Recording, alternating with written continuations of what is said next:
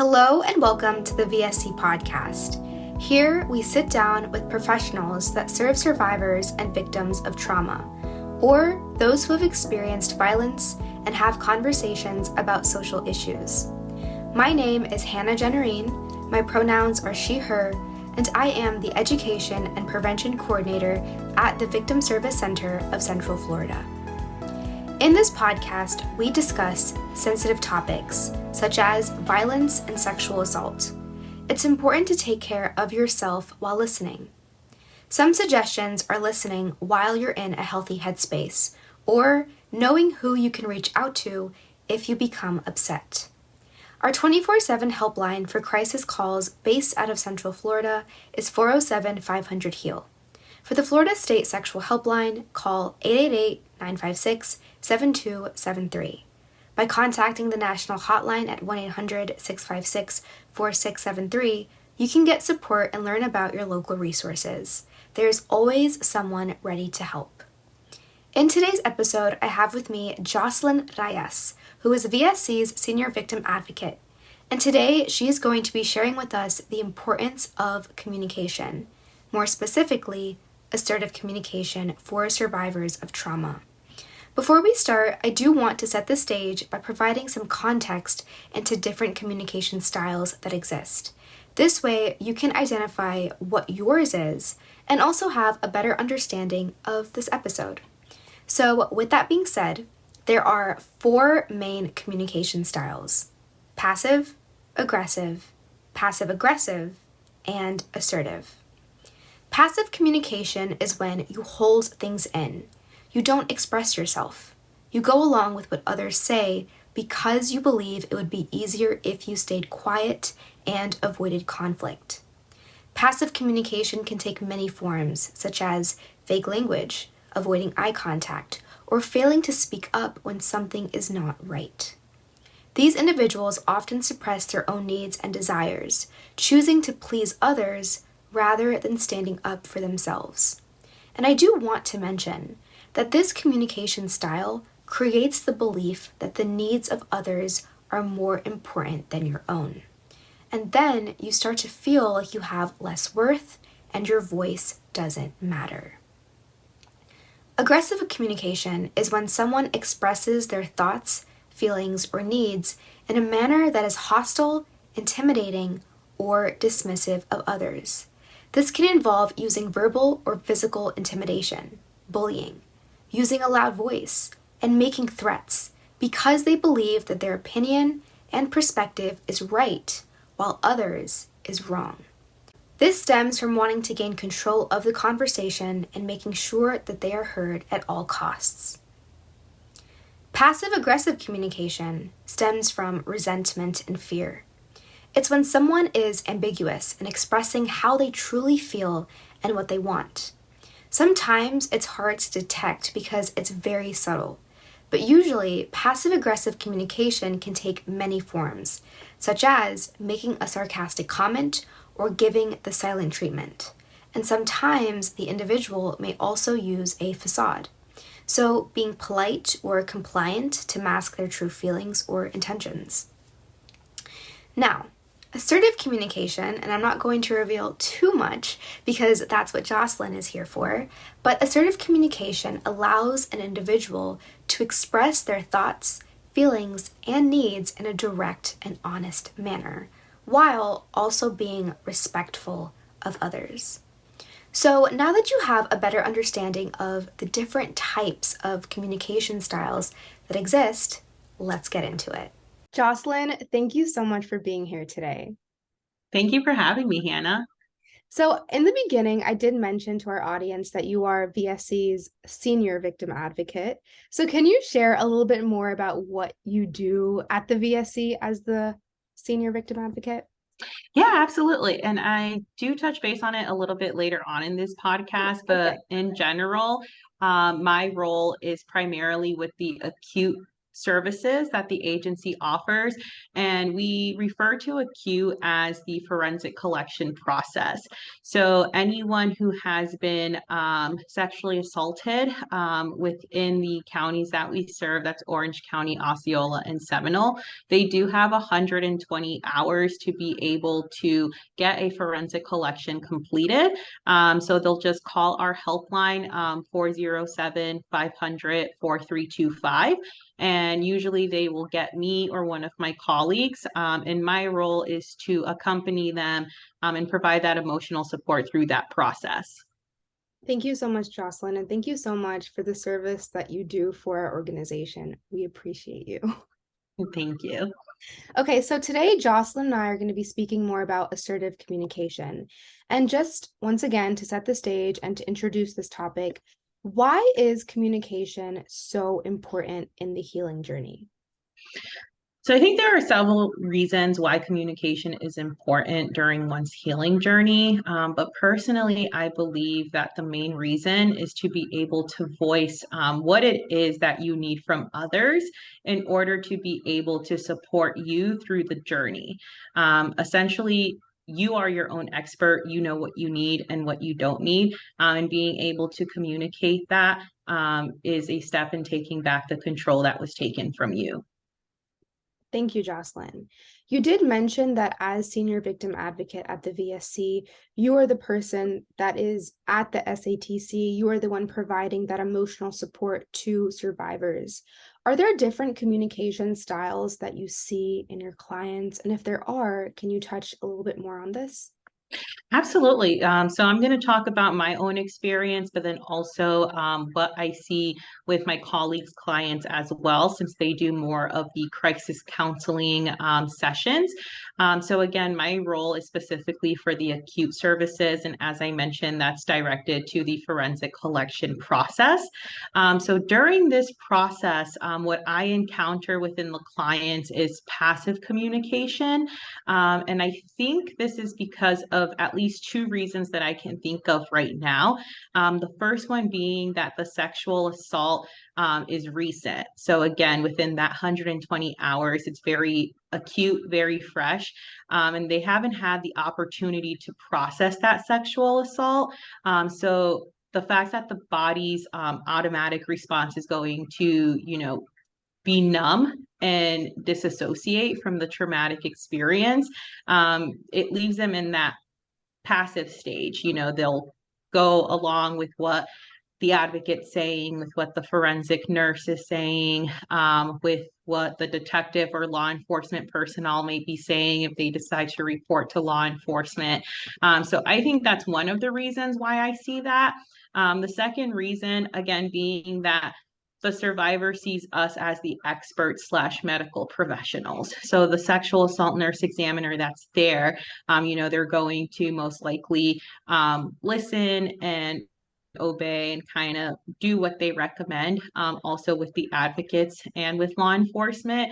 But it is important to note that throughout this whole process, we do let them know that this is all consent based. So what do you want to do? So we do try to encourage, their input as well. But I also get with the reactions that they're experiencing at that time, why it's coming across more as passive. After this passive stage, and I'm gonna, I think, interchange the word phase and stage a lot, but it's not to say that, this goes in order. Someone can use different styles of communication throughout their healing journey.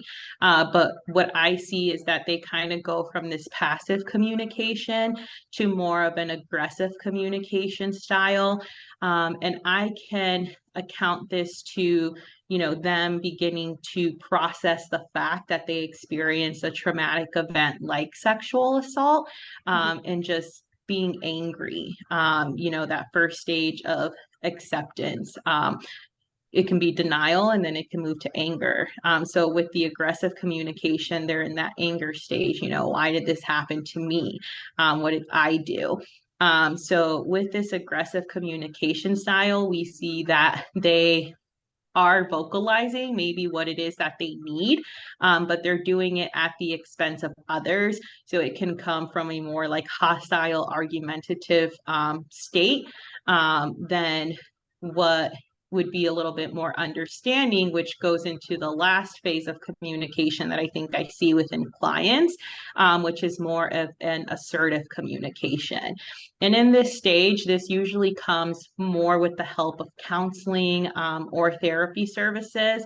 It's getting to the point where, okay, you accepted that this occurred to you, but you are able to also vocalize what it is that you may be thinking, feeling. You're able to express yourself to others in a manner where you know that you're getting your point across, but also you are respecting their feelings as well. I love how you explained assertive communication. Can you speak a little bit more into what exactly assertive communication entails and how it benefits the survivor? Yeah, absolutely. So as I mentioned with assertive communication, you are communicating your thoughts, your feelings, opinions, needs, whatever it is that you feel like you need to communicate to others, clearly in a way that they can understand what it is that you are requesting of them or what you are trying to tell them. But you're also paying attention to that person's own feelings and their own opinions and their own needs. This being said, I don't want to say that this means that, you know, you have to do something that the other person wants you to do because you're respecting their feelings. I don't mean that at all. So it's, for instance, an example to kind of help understand it a little bit better. You have a friend and it's Friday, they want to go bar hopping. So they're asking you, hey, you know, come out with me. You know, I want to go bar hop. It'll be a fun time. If you don't feel like doing that, or if you may not be ready to do that because you are a survivor of sexual assault, it's being able to let them know, hey, you know, this does sound like a fun time. However, I feel like I'm not ready to do that just yet. It makes me a bit uncomfortable. I've also had a long week at work and I just want to decompress. I feel like I have to give myself some self care tonight. Maybe if you're available tomorrow, we can do dinner. Or you don't even have to offer a solution as well. So it's again acknowledging that, you know, they want to spend time with you, they want to do this. However, you do not, you know, want to partake in that certain activity. And I think assertive communication can benefit survivors of trauma because it helps others, you know, such as their family and their friends, understand what it is that they need in order to be able to support them in that moment and throughout their healing journey. I love that. And I kind of want to backtrack just a little bit. So I Mm-hmm. know that you mentioned that usually when survivors come in, when it's an acute, after something recently happened to them, Yeah. usually they're passive. Then over time, they can become aggressive, they can stay Mm-hmm. passive, or they can even become passive aggressive.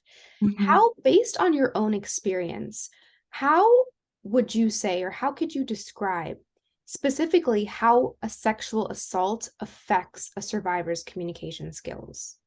Mm-hmm.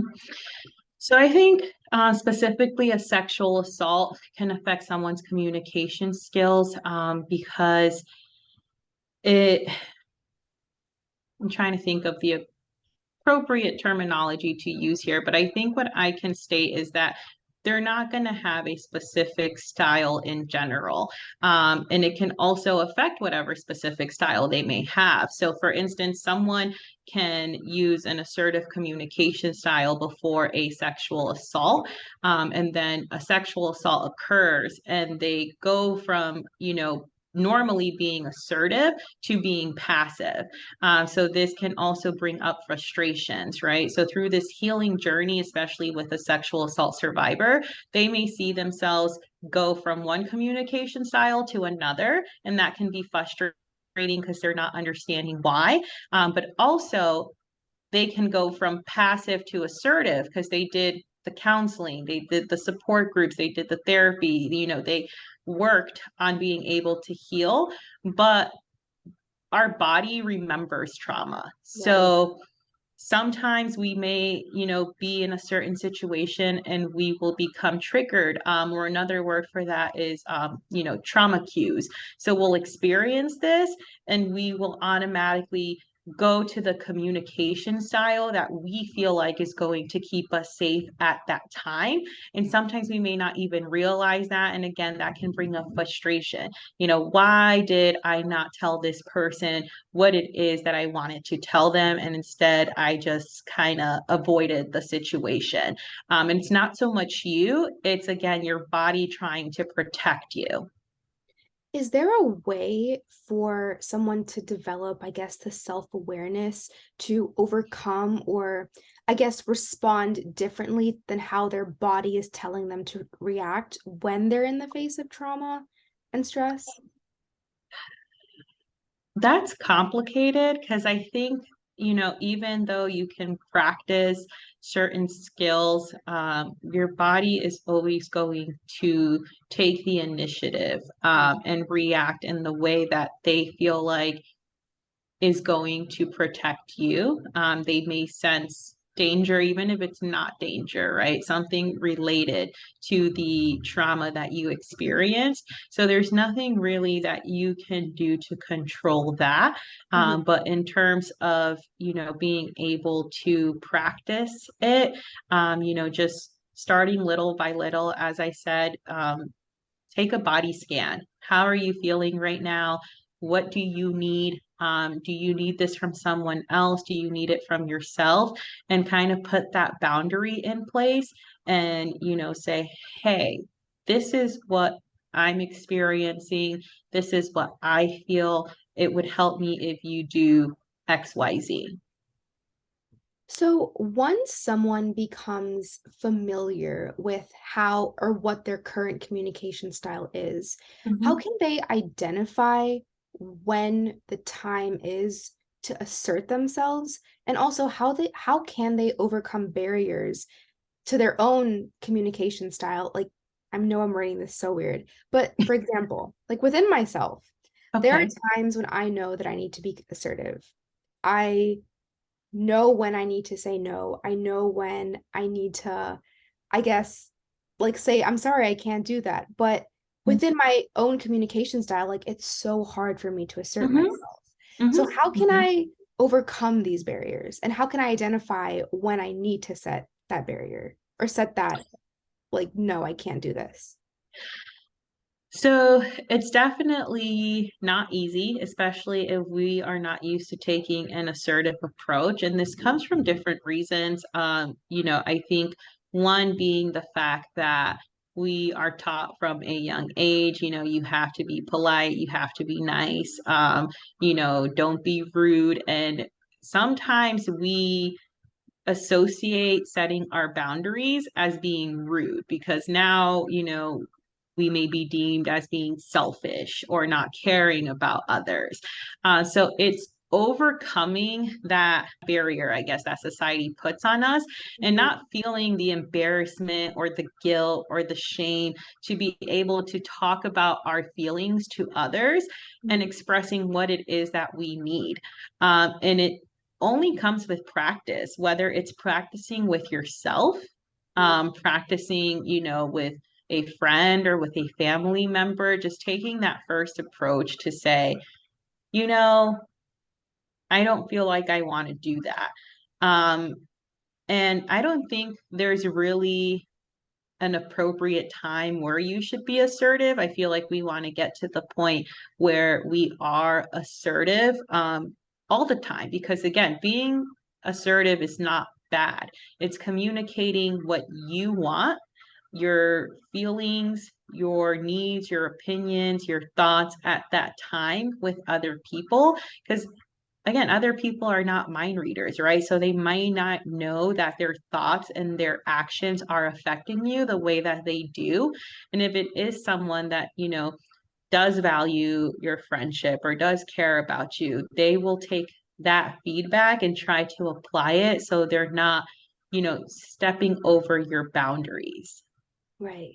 And what would you say to someone, or what would you recommend that for when someone does choose to be assertive and the other person calls them out on it and says, well, you're being selfish right now. Well, this Mhm, isn't something that I can accept. mhm, How or what advice would you give to that person who is in their journey to being an assertive communicator? mhm. I think, holding your own ground, because as I mentioned, that second part is you also want to respect the thoughts and the feelings of others, right? So kind of inquiring what that is. If they're saying, I don't think I can do that, I don't think there's a harm in asking, okay, is there a middle ground here that we can reach? But also making sure that you're not pushing yourself far back to a point where you're uncomfortable. So if it's, hey, let's celebrate my birthday at a club, and that specific club may bring back some trauma cues for you. Mhm. So you want to let them know, um, I don't think I'll be able to attend because I'm not ready to put myself in that position. That was the location of where I was sexually assaulted. And this friend or this family member may say, oh, that happened like 5 years ago. You're being selfish. I really want you there to celebrate, I don't know, my 30th birthday. Mhm. Um, not taking that to heart and kind of saying, okay, let me force myself to go because I don't want to make this person upset because I care about them. If you care about them, they should care about you as well. And you can say, I I feel that what you said to me was a little bit unsensitive. There's not a time frame for healing. Healing is ongoing. And it's not that I don't want to celebrate with you, but what if I go to your dinner and I don't go to the club? So again, being adamant about what you feel like you can handle and respecting that. So it always goes back to listening to your own feelings, listening to your own thoughts. If Correct. something within you is telling you, like, I don't want to go, just Mhm. knowing that you're not forced or obligated to do anything you don't want to do. And also Absolutely. reiterating the point that if you care about someone and it's a friendship or a relationship with a family member or whoever, like, Mhm. they should also care about you too. That's what makes Mhm. that relationship work, and that's why it's there. Mhm. So I love Mhm. I love that you said that.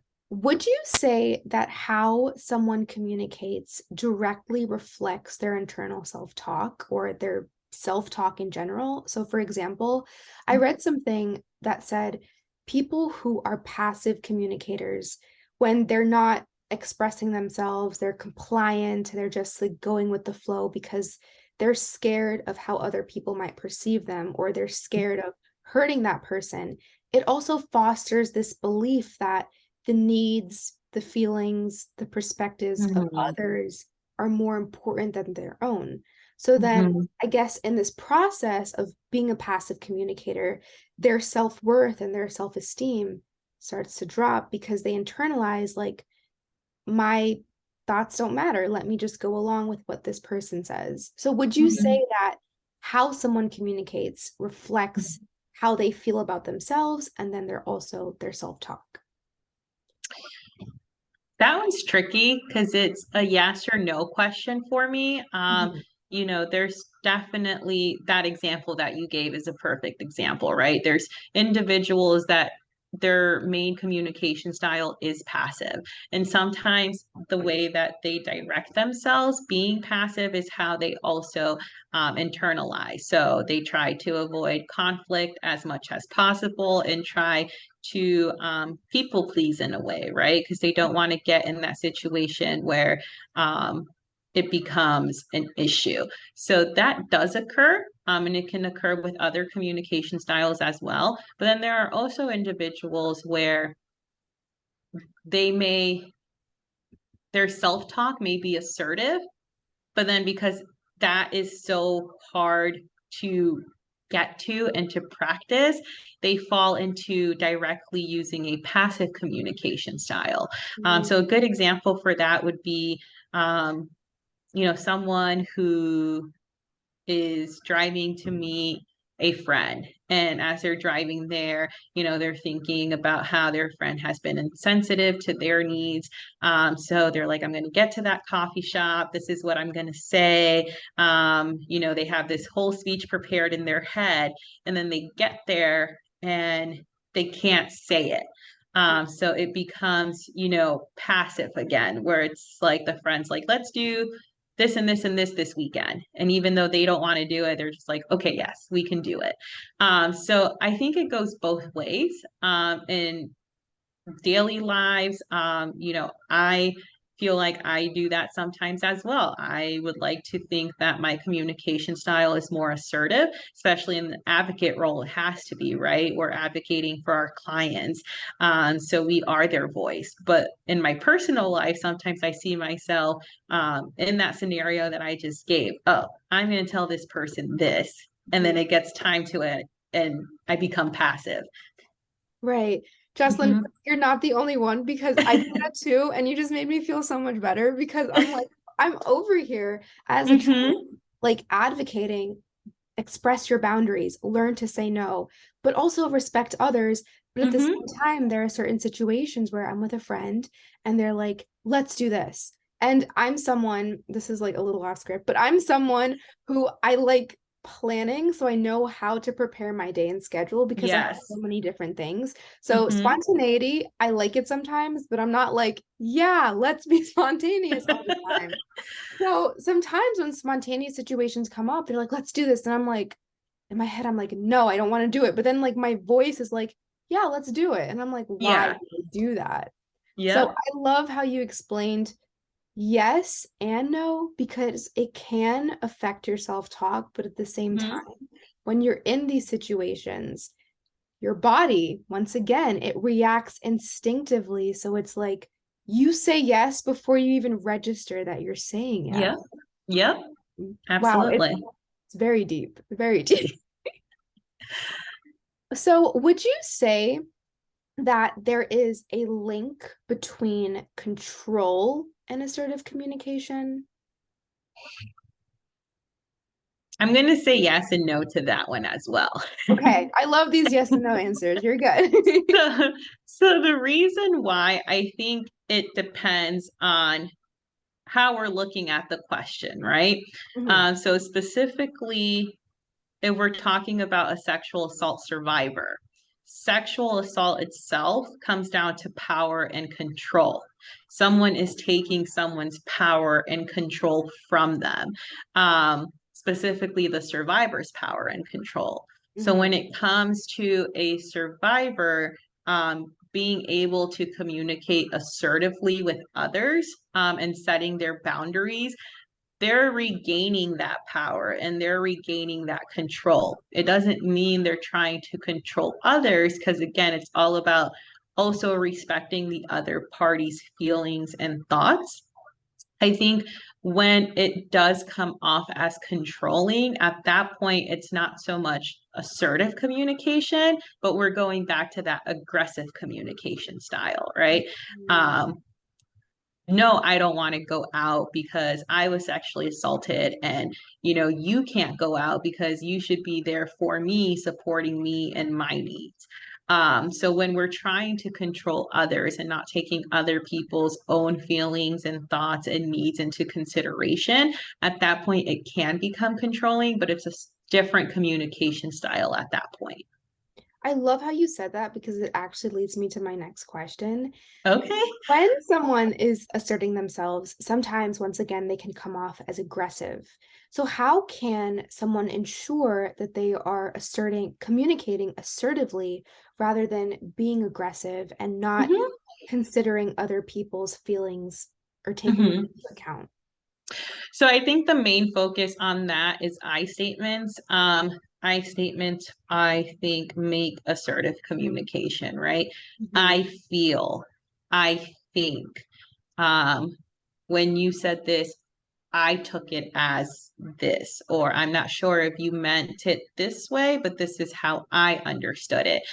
So you're coming from an I statement, an I place, and it helps other people understand, what you are experiencing. Meanwhile, the vice versa of that being, disregarding the other party's feelings, it's saying, well, you made me feel uncomfortable and you did it on purpose. And I know you did it on purpose. So there's that difference of communication styles where, you're not necessarily helping the other person kind of understand why you perceived it that way.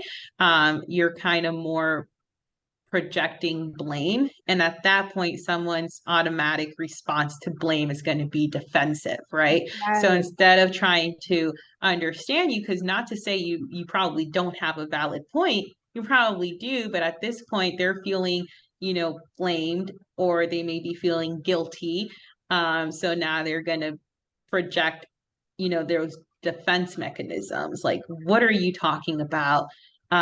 You're crazy, you need to get over it, Now, etc. what's so interesting about what you said is because I think, especially when I do these trainings and when people give me scenarios about what's happening in their personal Mm-hmm. lives, I do hear a lot of, you are the one that started this. You are the issue here. You're the problem. You're causing the scene.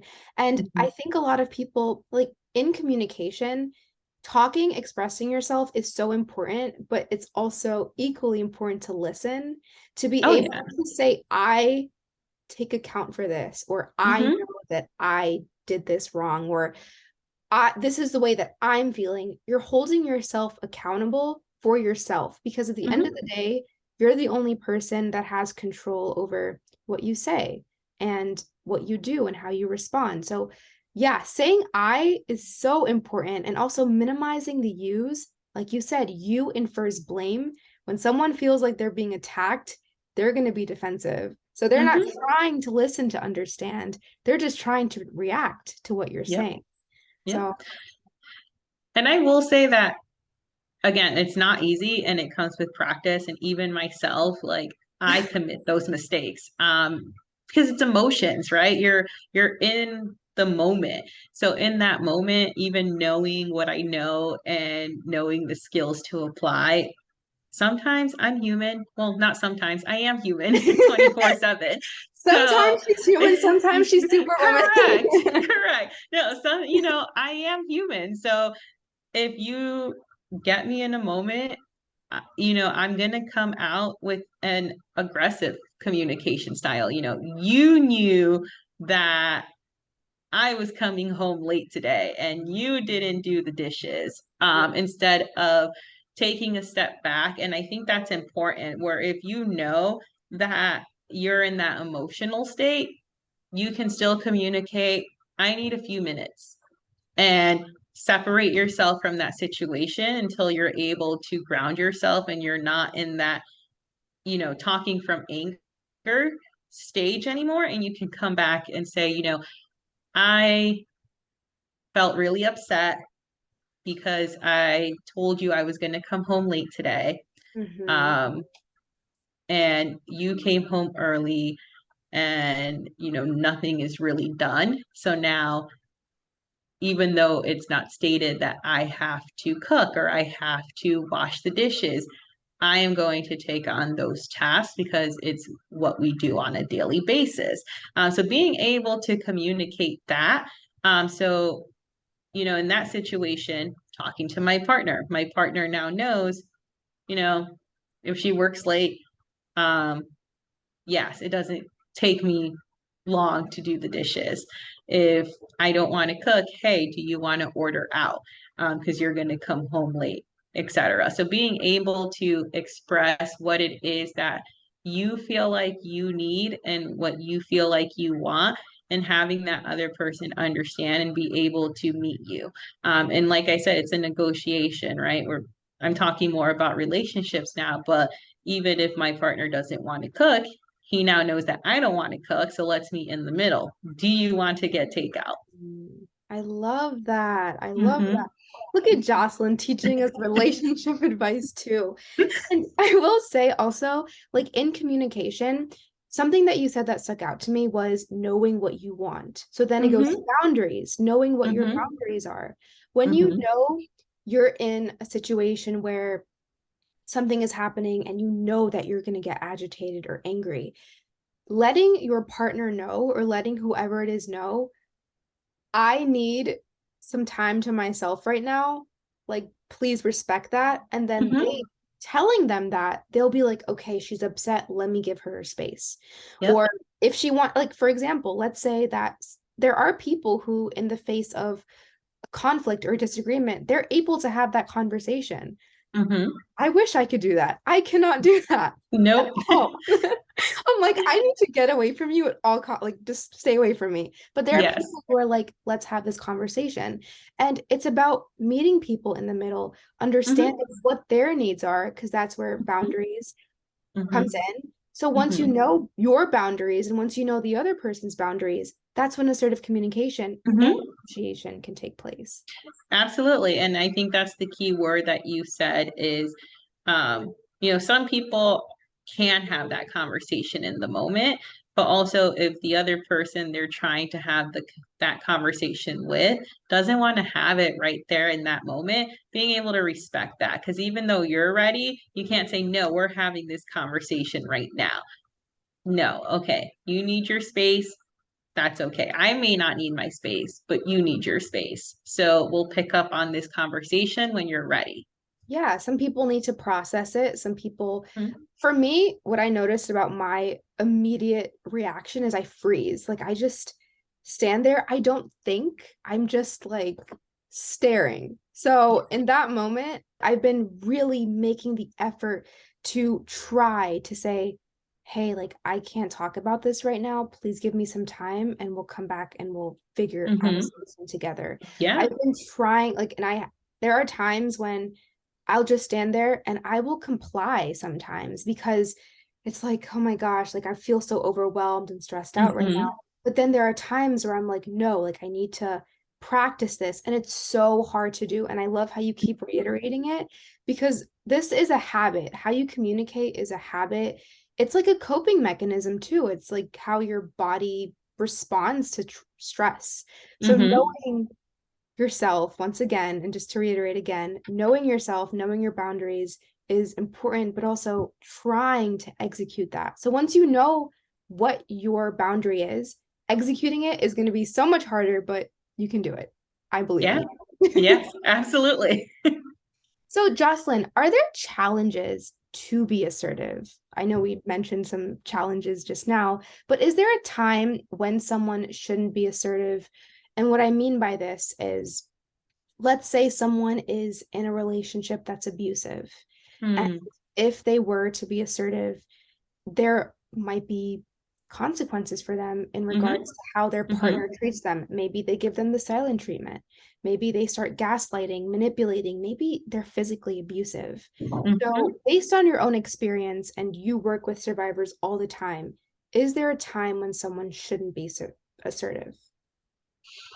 I think there is a time, but it comes down to the circumstance, right? When you're in that situation where you know that there is going to be, I don't want to say consequences, but like maybe like life-threatening Yes, consequences. yes. Yes, when you know, and again, your body's going to tell you, and you need to hone into that where, you shouldn't do this because there may be a life-threatening consequence in return.